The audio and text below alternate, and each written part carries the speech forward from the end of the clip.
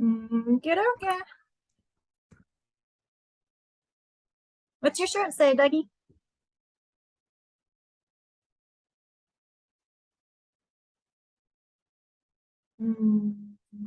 That's the PT.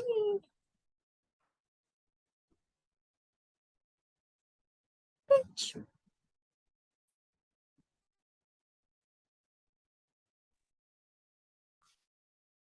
All right.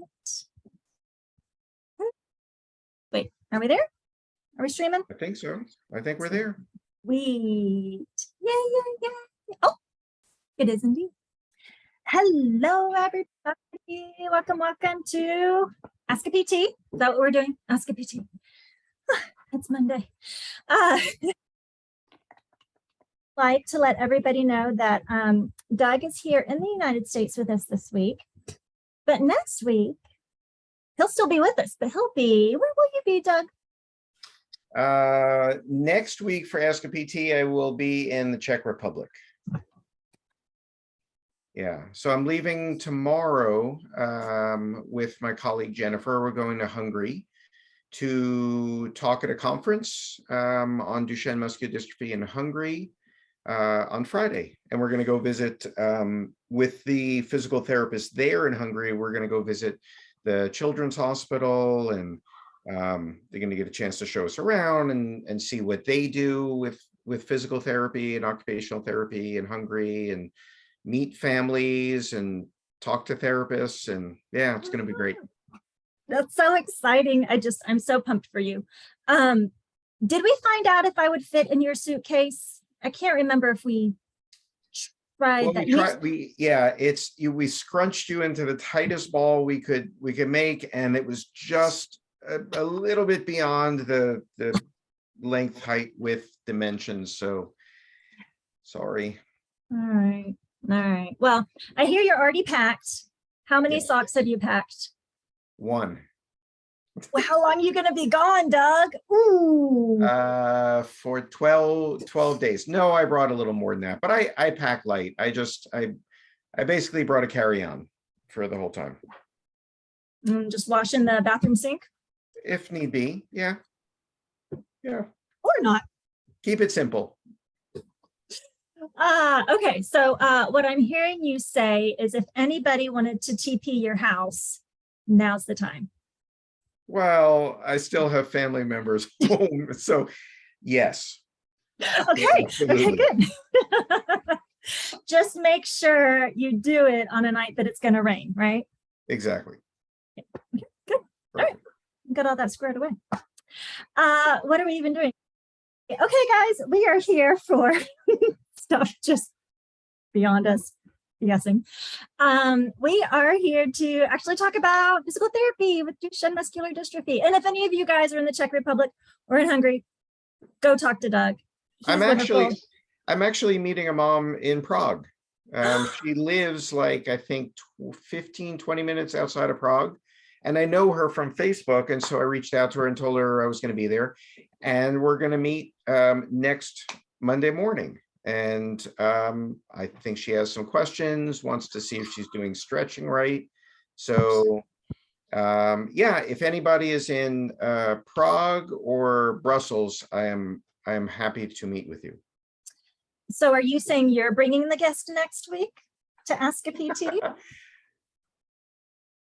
I'm trying to do a time conversion. No, because then we would have to do it at 2 in the morning. So if you want to do it at 2 in the morning, like Monday morning, then yes, I will bring the guest. All right, we'll discuss timing after our live stream. Logistics offline for sure. Okay, awesome. So Doug knows a little bit about PT.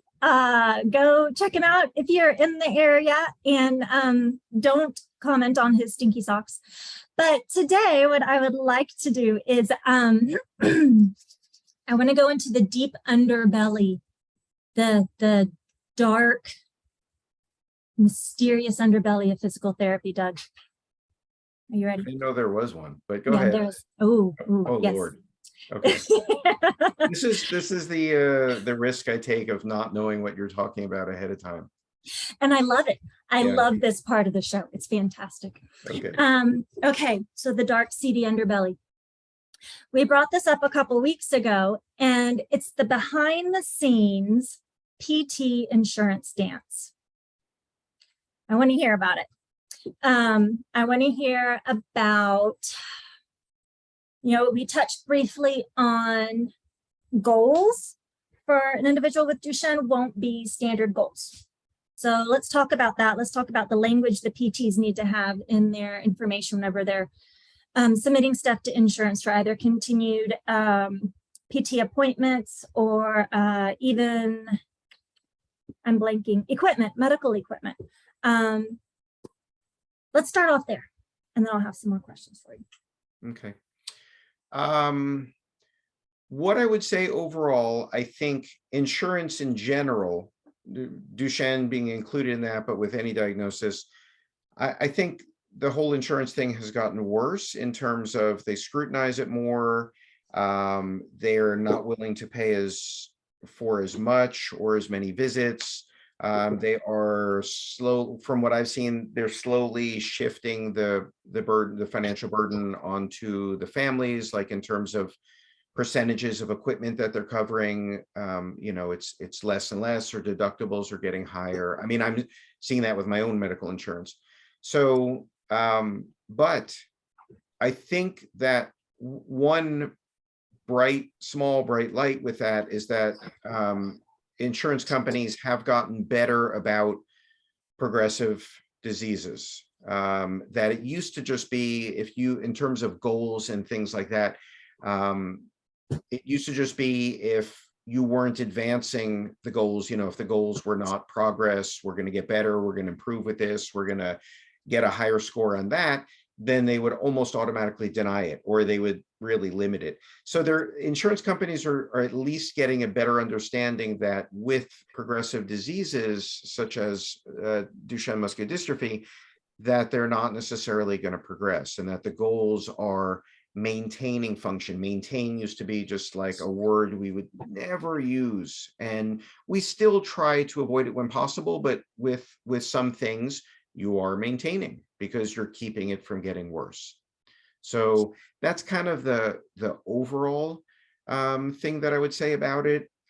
As far as how physical therapy relates to that, I would say the biggest overarching thing is that you need to be persistent. So as I said, as insurance companies are scrutinizing things more, no longer is it okay to say, needs physical therapy because they can't do X, Y, and Z, or needs physical therapy so they don't lose function. You really have to, they want you to say what you're doing, why you're doing it, what is the reason, not just that they'll improve range of motion, but what is that going to afford the child? What is that going to give them? What is the improved range of motion? How is that going to make a difference? So we really have to tie those things when you're either writing letters or trying to justify either more therapy visits or equipment. How is this equipment, how are the more therapy visits going to be tied into improving function, improving quality of life, decreasing the medical burden on the system? So we're asking our poor science-minded physical therapists to dig into their liberal arts education and their debate education in order to argue. I mean, it's always been that way. Back when I went to PT school 25 years ago, it was still pushed on us from and in a good way, from our professors about make your goals functional, make them measurable. Don't just make them, we'll get better, we'll get stronger, because that's kind of meaningless. So it's always been there. But we really have to be a lot more careful and really, like when we're submitting it on paper to the insurance companies, we just have to really keep that in the forefront of our mind all the time. And if you have a PT who's not familiar with Duchenne, that might be where some of the balls are dropped, so to speak. Would you agree? Or no? Yes and no. Yes and no, because they might not write they might not write appropriate goals if they're not familiar with Duchenne. Like they might say, you know, we'll get stronger so they can do X, Y, and Z. But consequently, the therapy or the equipment may get approved because of something that they wrote where it's not accurate. But in the long run, in the long run, it's important.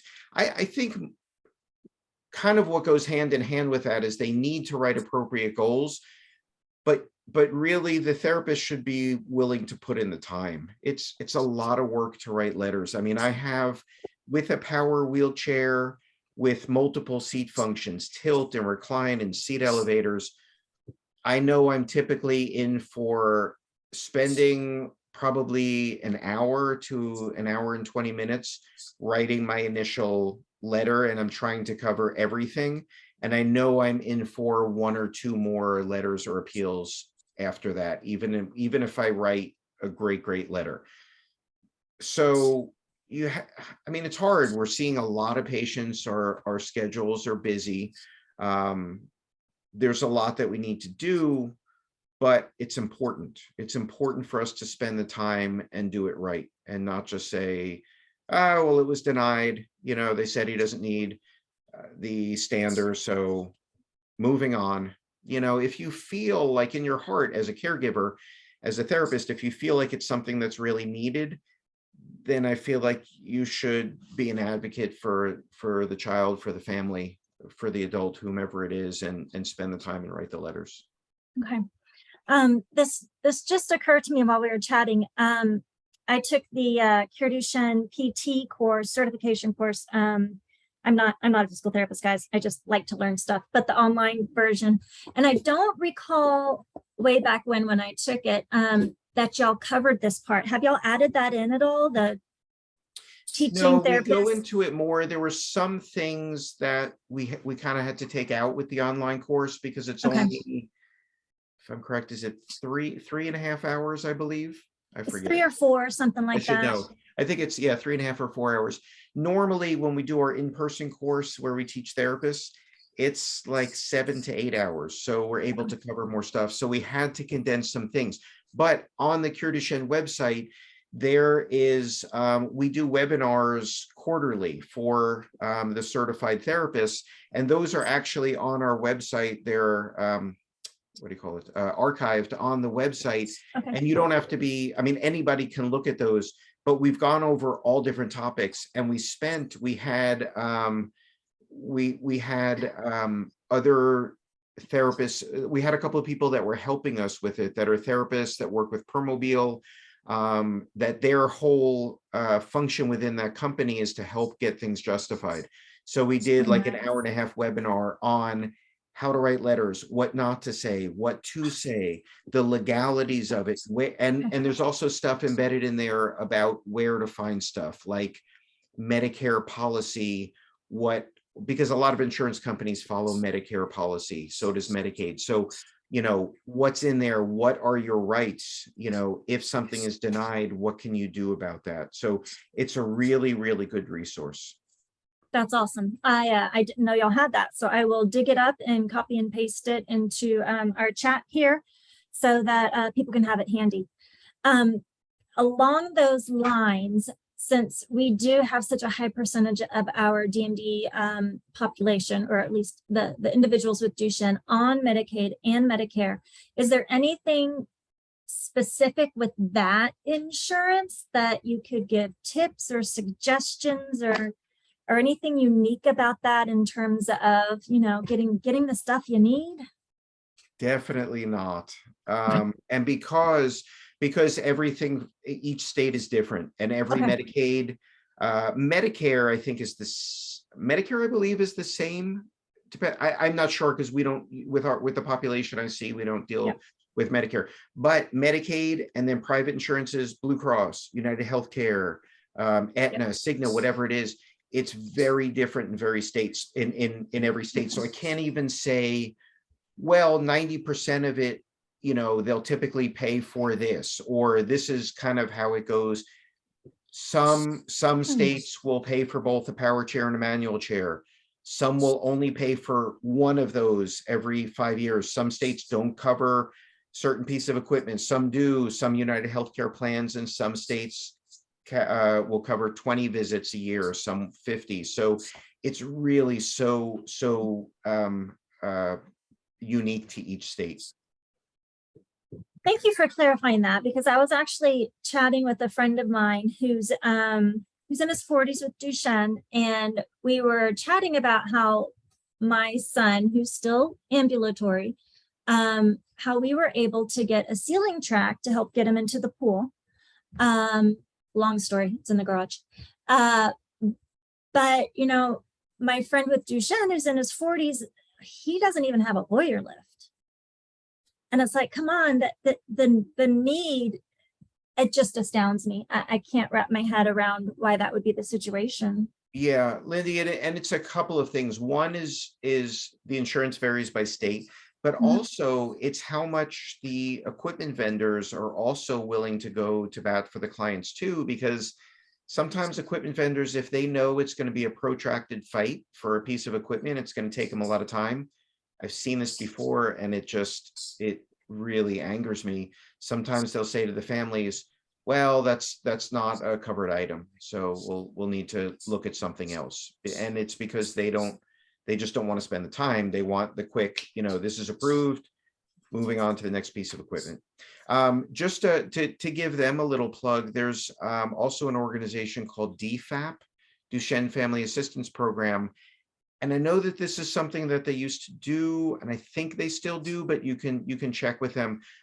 They help families navigate insurance in different states. So they kind of have done a tremendous amount of research, and will do research. And so if you say, well, I'm in Illinois, and we're looking to get this, and we're having a hassle with it, what do the plans typically say? Or sometimes just navigating your insurance plan could be overwhelming.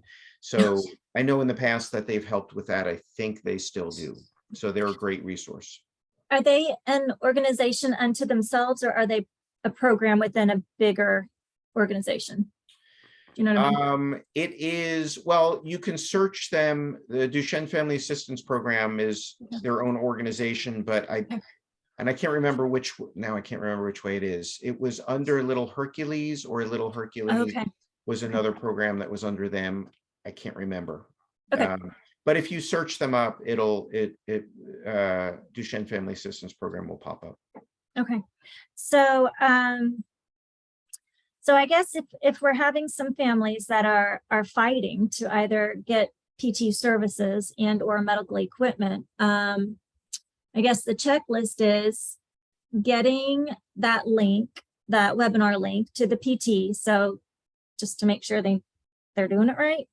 And number two, if you just plain all suspect they're not advocating enough for you, start looking around for someone else. Yeah, I mean, there's more than, there's more than two parts, and I'm not even sure that's where you start out. I would say for the families primarily, educate yourself. Know, you can ask for things. You can ask the therapist, you can ask the equipment company, can we please appeal this? Ask your physical therapist, look, this is a really important piece of equipment, or we really need the physical therapy visits. Can you do everything that you can to write whatever letters you need to write? Can you try to make this happen? So really, lean on the people that are the ones that are submitting the documentation to spend a little extra time and really justify it, not just kind of tick off a bunch of boxes. And then also, if you have the time, and not everybody does, but if you have the time, find out what resources are out there, like Duchenne Family Assistance Program, the webinars that are archived on Cure Duchenne, or other advocacy organizations. Reach out to myself, reach out to you, try to just start asking questions, even on Facebook. Hey, has anybody else experienced this situation? Because this is what's happening. I've seen that on Facebook a ton, and there are a bunch of people that respond. Yes, this happened to us. Here's what we did. Here's what I would suggest. Speaking of that, I want to give a plug for y'all's Facebook group, the Duchenne Physical Therapy. That could be another great resource just to talk about that end of it. Yeah, absolutely. Okay, and that's admin by you and Jennifer. Is that correct? Yeah, Jennifer Wallace Valdez. People can post, and either therapists. I mean, you have to join the group. It's a private group, but you join the group, and you can either be family member, parent, therapist, whatever it is, and people will typically ask questions. How much time a day should I be doing this? Is this a good activity or a bad activity? Has anybody else experienced side effects from steroids? Like whatever it is, I've seen a wide variety of questions. And Jennifer and I try to, as best as we can, kind of curate the stuff on there, because we don't want it to become like a yelling match or somebody shaming somebody else and saying, well, you're a terrible person because you didn't do this or that. So we try to keep it a supportive group. Thank you for that. We need a lot of that in the Duchenne community. So thank you. Last question before I boot you off, Doug. Because I'm learning, the more adults with Duchenne that I meet, I'm learning that once you get to a certain mobility level, that sometimes PT just goes out the window. You just can't flat out get there. So if you don't have a physical therapist, but you still need equipment, is that something your PCP could take care of, or who can step in? I think that varies by state in terms of what the insurance company requires. Like I know in Texas, a physical or an occupational therapist has to, for most pieces of bigger equipment, standers, wheelchairs, things like that, has to fill out an evaluation form. It can't just be a document that's signed by the doctor. I don't know if it's that way in every state. I think it might be. But there is, there's a variety. Like it doesn't have to be a PT. It can also be an occupational therapist. I think it can also be a speech therapist if it's something along the lines of an augmentative communication device or something that helps with environmental control units or things like that. But also, even if you don't have a regular PT, I've done that for adults with a variety of diagnoses. If I'm not seeing them, sometimes they get referred to me either themselves or from a doctor, maybe somebody that's 40 years old with spina bifida and they need a wheelchair evaluation, and I'm happy to do that too. So you don't necessarily have to have like a standing physical therapist that you see every week in order to do that. Doug, I probably don't say this quite enough as I should, but you're really awesome. And I'm really grateful that you're in our community. Thank you so much. Thank you. I'm grateful to be in the community. Really. I mean, the people that I've met, just absolutely amazing. You guys are doing the heavy lifting. I'm just kind of maybe pointing you in the right direction. Over there from the couch, right, Doug? Thank you. I appreciate it. Oh, you're very welcome. Well, you'll be spreading your love overseas next Monday. I'm so excited. Can't wait to hear all about it. And I guess that's it. That's it. We'll see you guys next week in the Czech Republic. Yeah, be prepared. I might ask to see a pair of clean socks, Doug. Okay. You know me. It might happen. I know, but you can't smell them from over there, so I think I'll be all right. Yeah, I'm going to have to contact this mom that you're meeting with. I've got to get her in on this. There's just so everybody is informed. I'm staying at Airbnbs at the places I'm going, and they all have a washer and dryer. So that is why I'm packing very minimally. I'm not wearing the same socks and underwear every single day for 2 weeks. I'm just going to need to see receipts. That's all I'm saying. I'm just going to leave a little bit of proof. I thought this was not supposed to be a shaming group. I need some verification. I need some documentation. All right, I'll take videos of me doing laundry and I'll send that over. You're wonderful, Doug. Thank you. Thank you. Safe Bye. travels. Please, please, please. Thank you. Thank you. Take Bye. care.